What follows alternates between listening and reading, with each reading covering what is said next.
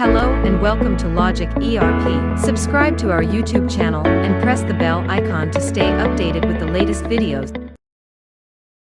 In this video, we will guide you through the process of refreshing item details for previously created items in Logic ERP.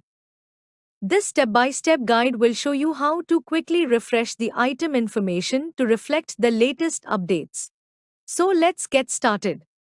Head to the Setup Items shade size-wise. Here you will find the configuration for this feature. Click to open the configuration.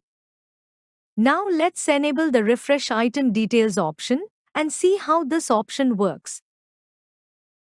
After enabling the option, you can observe that the Refresh Details button has been unlocked. To view previously created items, please click on the drop-down icon in the Item Name field. This will display a list of previously created items. Let's select any of the previously created items. Then click on the Refresh Details button.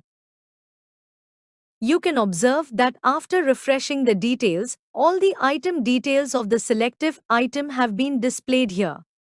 This is how this option works in Logic ERP. I hope this video was helpful. Thanks for watching. Like, share and subscribe.